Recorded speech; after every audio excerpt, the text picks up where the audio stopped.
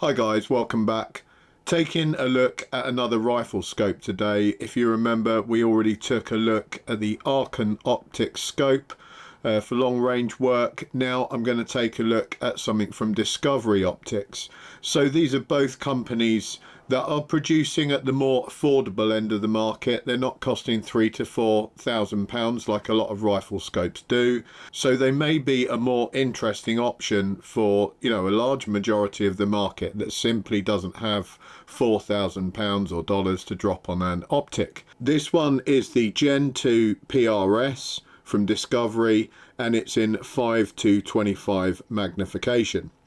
So I haven't really had a look at this yet.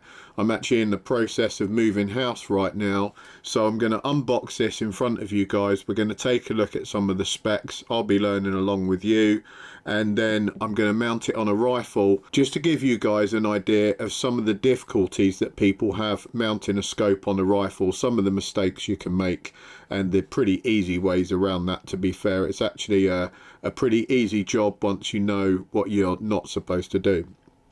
Right, so we have here a nice heavy box, the PRS Gen 2, and this is the first Discovery optic that I've ever had hands on. I've seen them at shows and stuff like that, but I have not had hands on. And there's quite a lot in the box. I'll just flip that over so you can take a quick look, hopefully without spilling anything out of it.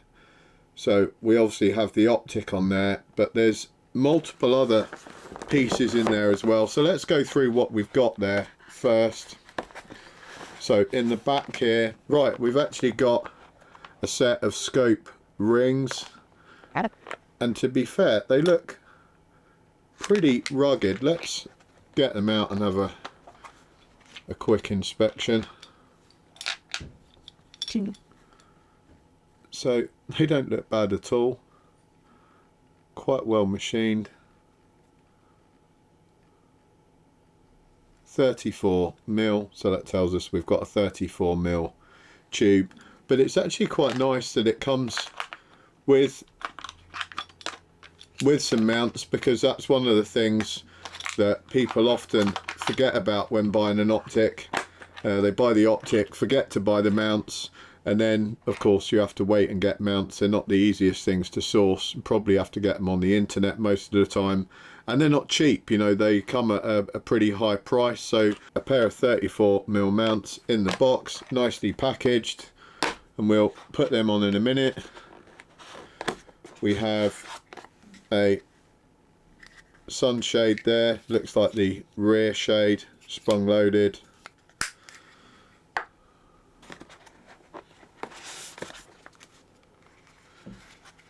Here, interestingly, we have a scope leveling kit, so I will demonstrate that to you guys as well.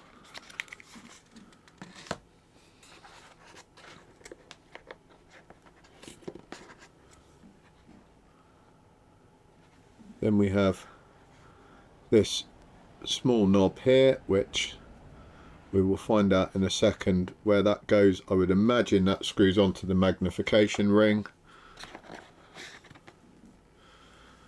We have a little cleaning tool there with a pop-out brush, and got a little glass cleaner on the other end there, which again, that's a nice touch. You don't often see this stuff in boxes. Comes with a Allen key there as well.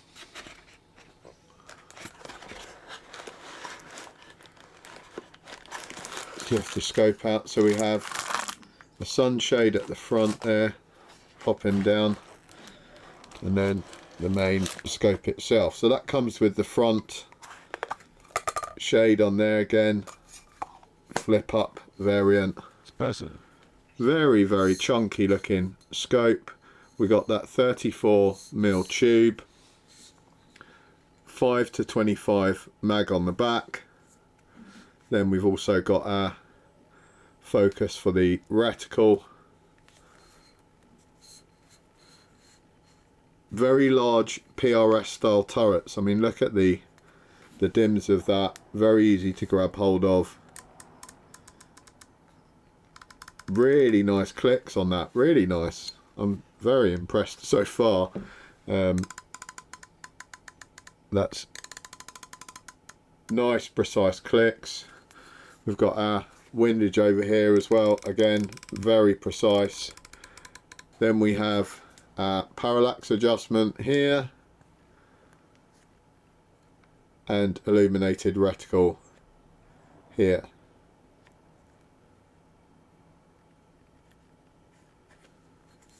These are all knurled, so you can see even if it was raining, soaking wet, you're going to get a good grip on that stuff. And the similar knurling on the back here. I actually like the fact that I can move that from new. I mean, it's pretty cold in the garage today, and I'm actually able to turn that relatively easily. And yeah, there's a little screw in there, so I'm guessing that we have this, yeah, so that attaches on there, enabling you to easily dial the mag in and out with one finger if you so wish.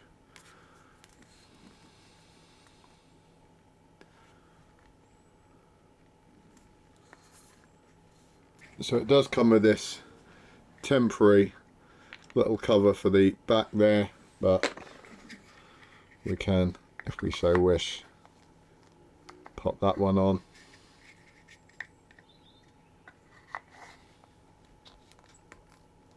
Like so.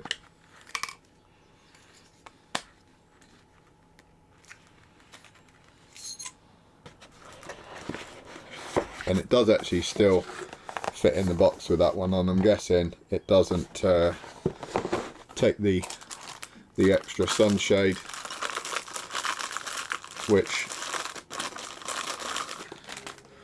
all that is an extra length of tube that you can just screw to the front end of the scope, and if it's particularly bright it does cut down on glare somewhat, so they're handy things to have, but obviously they increase the length of the scope and sometimes don't look the prettiest of all. Yeah, and that's the only reason that it hasn't come packaged with that, is obviously that wouldn't fit in the box. Comes with a cleaning cloth as well, so they've really thought of everything, these guys. And then obviously the usual specs. They've got what looks to be a warranty card there, or a quality card. We'll have a look at that in a second.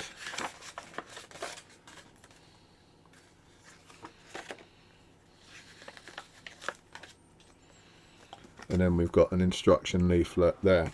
So let's just go through the specs of this first. So the full model, the ED PRS Gen 2, 5-25 power, and its first focal plane. For those of you that don't know what that is, that basically means that as you increase or decrease the magnification, the reticle will get bigger and smaller, and it will mean that the reticle is always accurate if you're using it for ranging, or if you're using it to aim off, etc. It will always be accurate.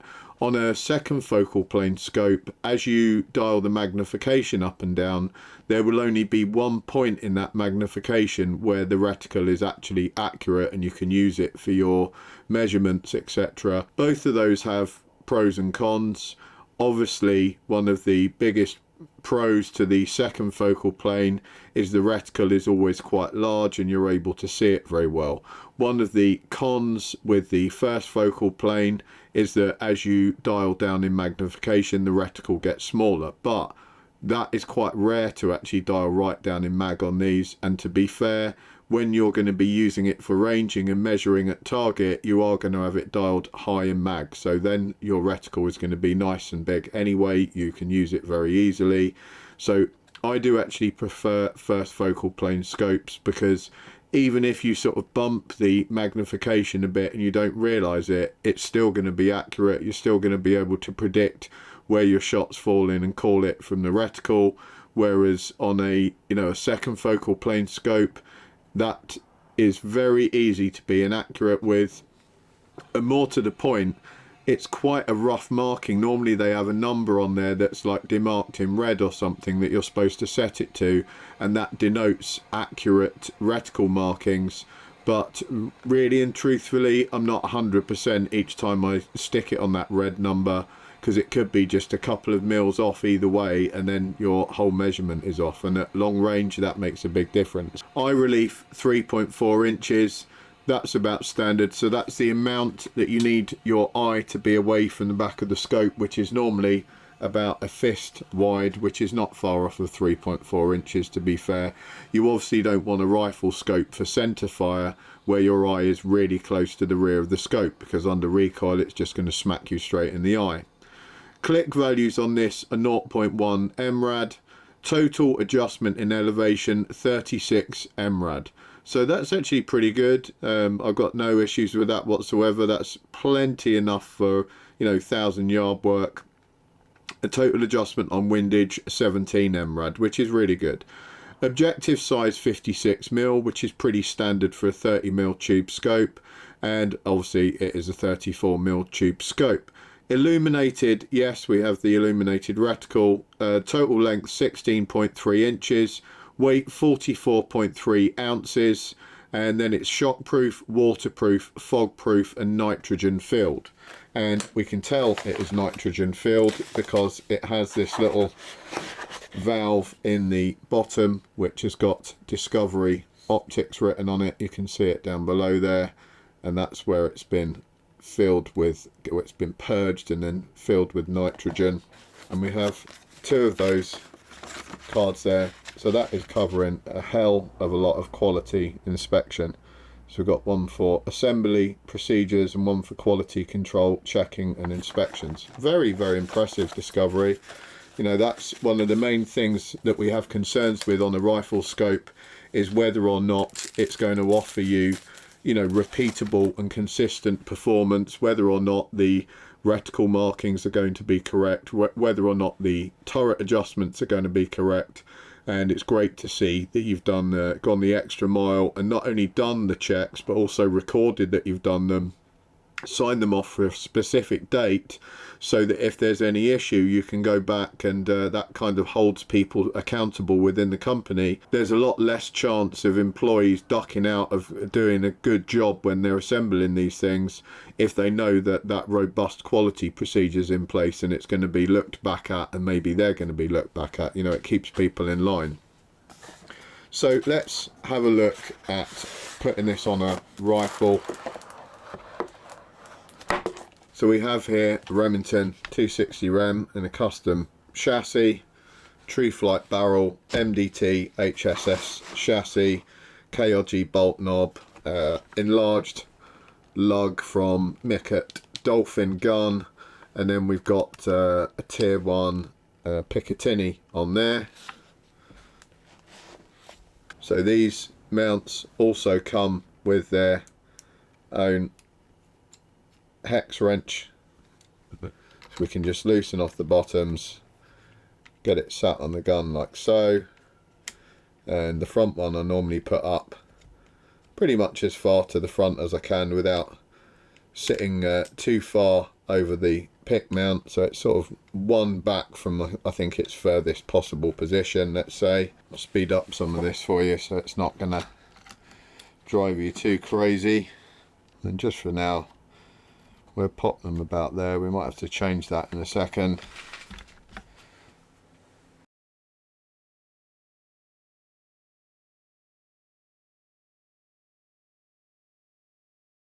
Always try and keep the hex screws, you know, from whichever hole they came out of. I kind of try and keep it that way, just because I'm slightly OCD, but probably doesn't matter too much. But I just think if there's any minor sort of tolerance issues, then if you keep taking them out and putting them in different holes, and one's a tiny bit different, it's going to slowly wear away the other threads.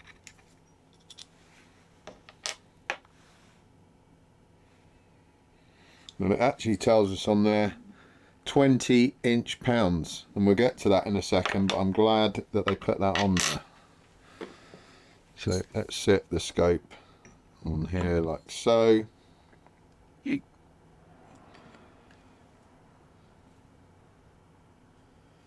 That looks like it's got a pretty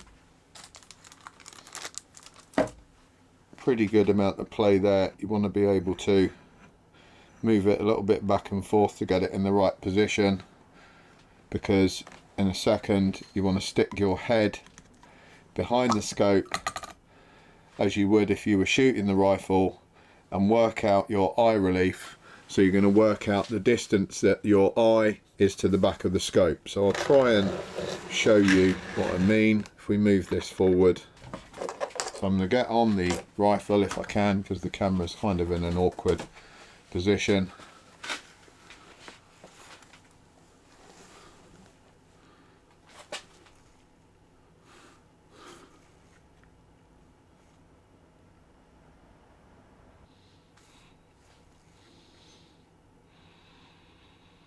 So just about there, we're looking pretty good. I can see clearly through the scope, no problem at all.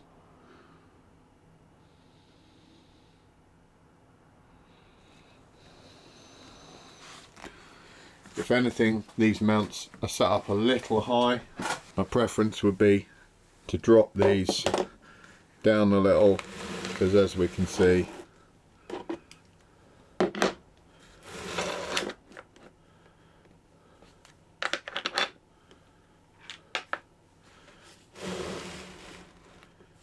the front end, we've got like a whole finger's worth of room on that front end, so we could definitely drop those mounts a little.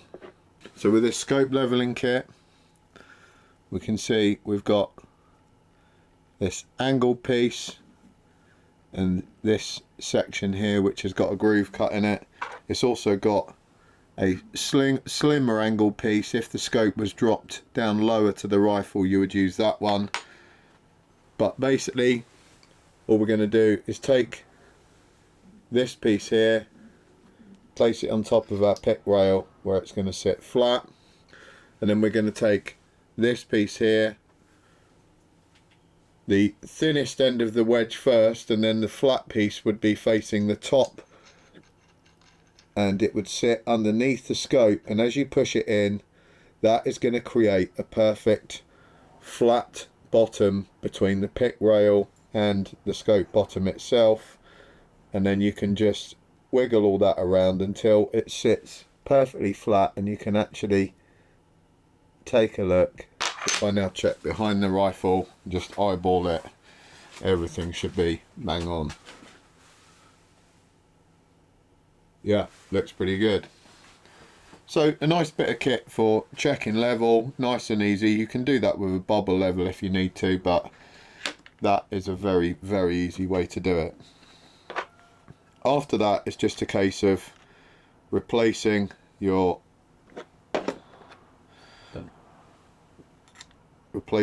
parts on the top of your scope mount. And then the most important thing, you know, it said 20-inch pounds on the top of there, so we're going to take a torque wrench, and you can get these nowadays very, very cheaply, guys. So we've got a torque wrench here, and we're going to set it at 20-inch pounds. So we've got a Torx key in there, which fits our Torx headed screw. First thing you want to do is wind the screw backward, and you'll feel it just drop into place and click in, and just wind them all in nice and slowly to begin with. Again, drop it in, wind it backwards, you hear it click, you feel it click. Now we just moved that scope, we didn't want to do that, so we go back with our tool. I'm just going to be nice and loose with all these, because you don't want to tighten everything up tight at the back and then try and start doing the same at the front, because if there's any slight difference in the tolerances between these two rings, that's going to put a lot of pressure on the scope itself. So you just want to give it enough play in between. Same at the front. Work it backwards until it drops in. Just cinch it down nice and loose.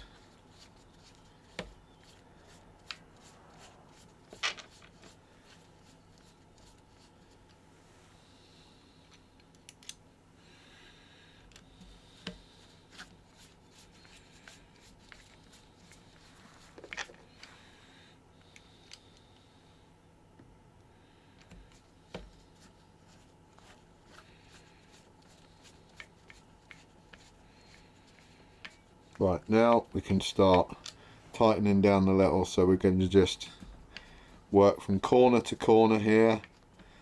We go opposite corners.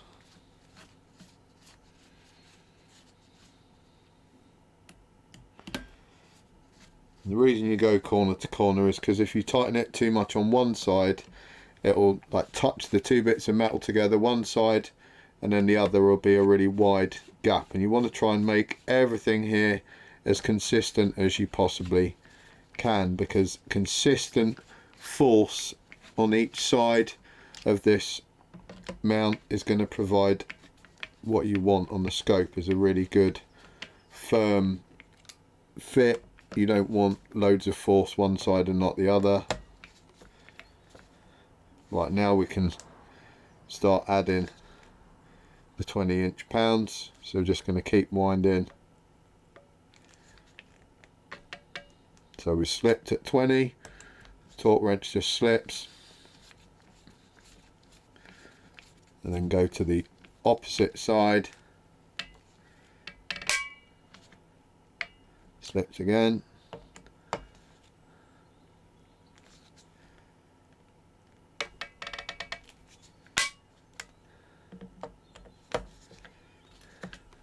opposite side,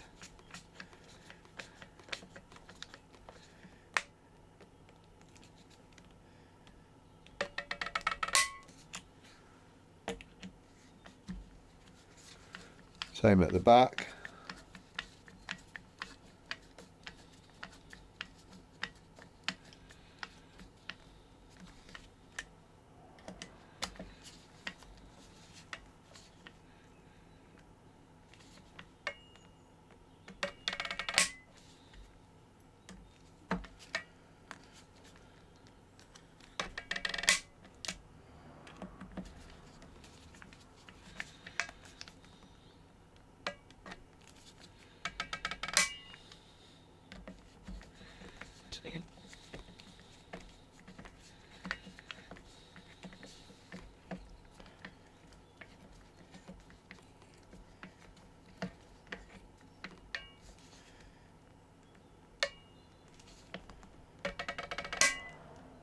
Right, then we're just going to repeat that to make sure that nothing's changed.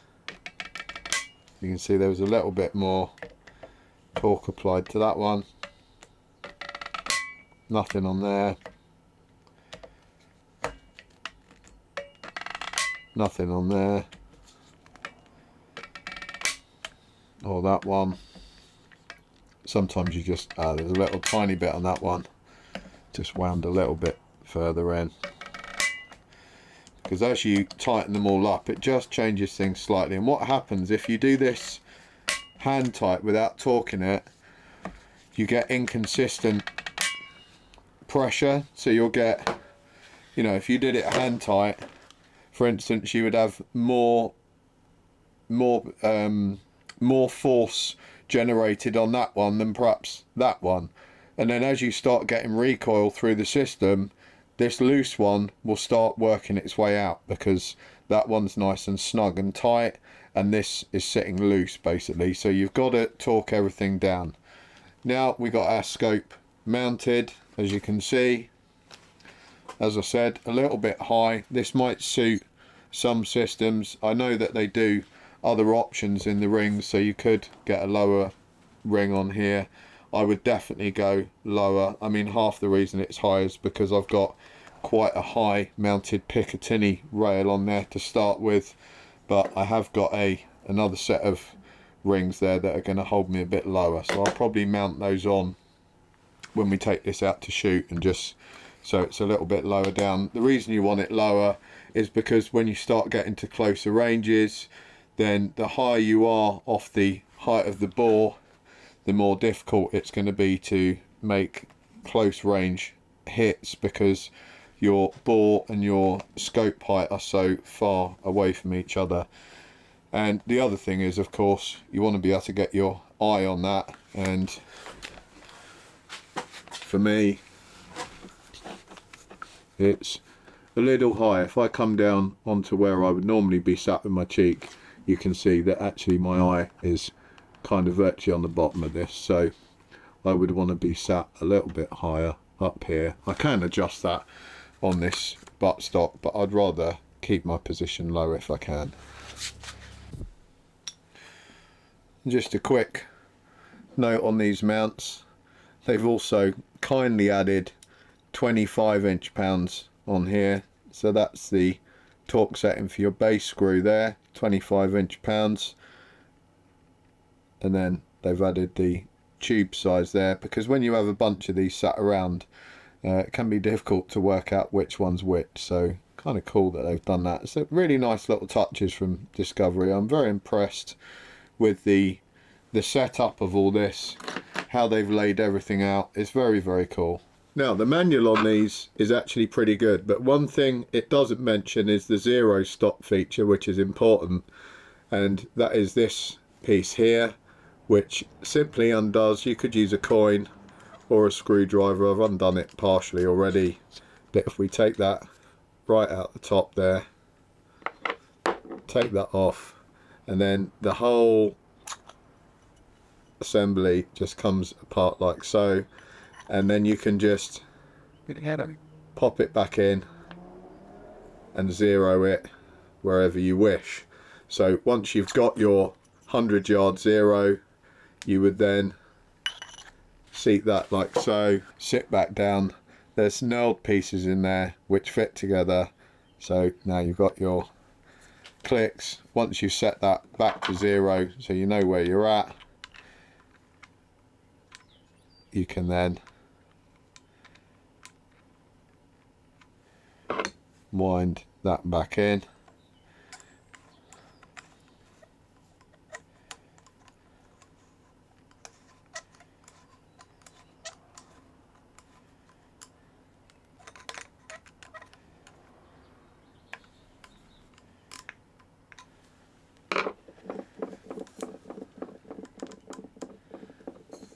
And that would be your 100-yard zero set.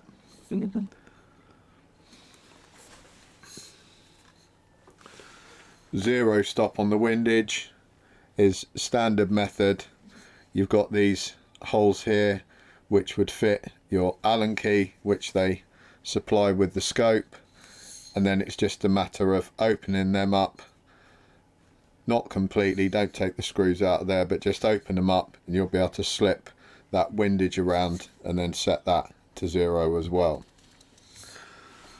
This comes with a limited lifetime warranty, so whoever the first owner is will get a lifetime warranty with it. If you then were to sell it on, obviously they wouldn't honour that afterwards, but nice to know if you've bought this, it does come with a lifetime warranty. And these retail in around about the $400 to $500 range, depending on where you buy it, if it's got a special offer on, etc. But it's actually a very, very impressive piece of kit. One piece tube, and it's treated lenses. The glass on these I've been unable to show you. When we take it out shooting, I will show you the glass. Hopefully I'll get a phone mount or something for it, but the glass on these is excellent. You know, I had a look through it when it was still light outside, and the glass was really, really impressive. So all that remains is for us to test it on a rifle, see how it holds up. I mean, it's obviously a robust build quality.